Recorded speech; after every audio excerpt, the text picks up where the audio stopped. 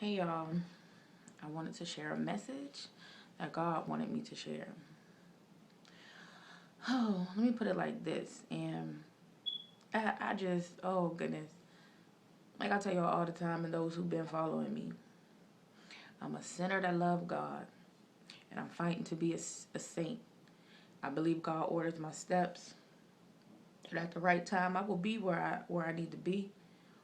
I will be prophesizing like I need to in the church and where I need to be. Sometimes you get distracted. Let's talk about distractions. And let me tell y'all a little bit. And we're going to keep it real. Y'all, I always seem to have a way of encouraging people despite of what I'm going through. But just like I posted to y'all the other day, when you start losing your peace of mind, mind over matter, your mind matters. You have to find your peace or you will self-destruct. Anybody who really know me personally know I can get fooled up. Why? Because I'm human. I don't put on a mask like I'm somebody that I'm not, like most folks. He's working on me.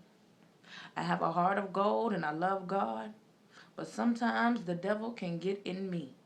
That's my flaw, my temper, the way I handle things, my anger. And I just wanted to tell you all, let me tell you what God had to teach me. Let me put it to you like this. God is a jealous God. And y'all, we be so distracted sometimes and we don't even know it. I was so distracted in losing myself and my peace.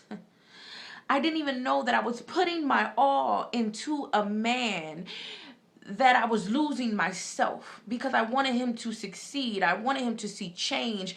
I wanted him to see better and have better than he ever had.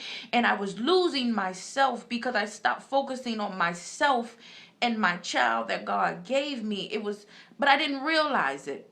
But there's nothing wrong with that either. Let me break that down. But God is a jealous God. God is sometimes like, love me like you love him.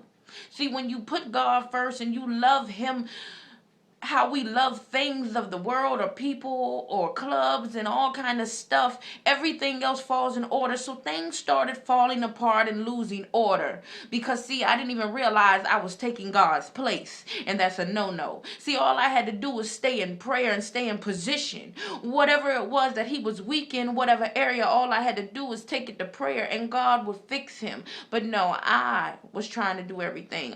Don't do this. I don't want you going here. This and this. And it caused and it stirred up confusion. It stirred up so much. It got to a point where trust issues kind of came in. Insecurity came in. But then I had to learn, like, we both started this relationship and we're just learning each other. So a part of growing with somebody, you have to understand you got to give them time to grow. You forgive and you work on it and you move on. But you can't be overly aggressive. And yes, I was at times with that. But at the same time, I'm not a doormat and I'm not a fool, and you're not going to walk over me. You're going to respect me like I respect you.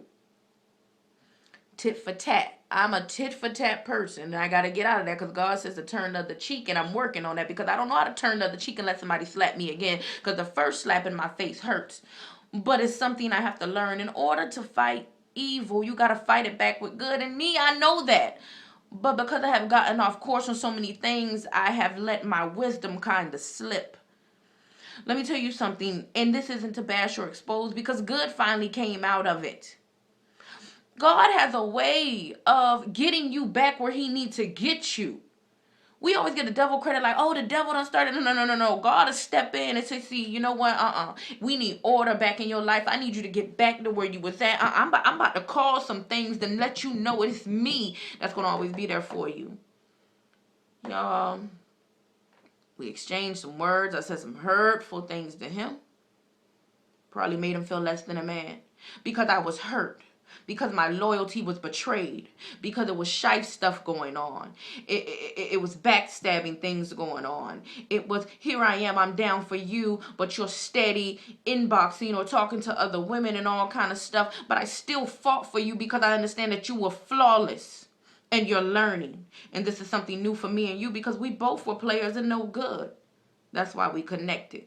But see, I didn't even realize that the enemy was already mad that God had gave me my son, and also him the son that he prayed for, and that I'm seeking for a family. So the baby slowed me down, so I'm not as wild anymore. So he's mad because he don't have me like he used to. So he has to do what he do a little bit too. But God allowed the enemy to come in a little bit. But it was up for us to catch it and pray and still fight and stick together. He said some harmful things to me, and I said some harmful things to him. And it seemed like I just wanted to be up under him. But at the end of the day, you can't keep a person around. They're going to do what they want to do regardless. But if they love you, they will change their ways. It took for him to stay going all night. Disrespectful. But if it was me, it would be a problem. But it's not about that. It's cool. It took for me to do some cutthroat things and go behind his back. And some things he confided in me about. I hit him with low blows. And, you know, I didn't keep it 100 because I wanted him to hurt like he hurt me. But just in a different way because I didn't know how to hurt him. I wasn't going to hurt him. And he knew that by cheating on him with somebody because I'm pregnant. I don't want to do that. I hit him with low blows and he hit me back. It got to the point where my innocent twins were talked about, and also my son was talked about. But God said, listen, just listen to the enemy. Because, see, I almost missed this door going to Texas because I wanted to be here and stay up under him. I almost allowed my son to be named after him when God specifically told me a long time ago, your child's going to be anointed and a prophet. His name is Elijah. And God gave me the name Royal. So here it is. I had to be obedient because I made a vow with God and said, God, if you give me this son and this child, I'll give him back to you.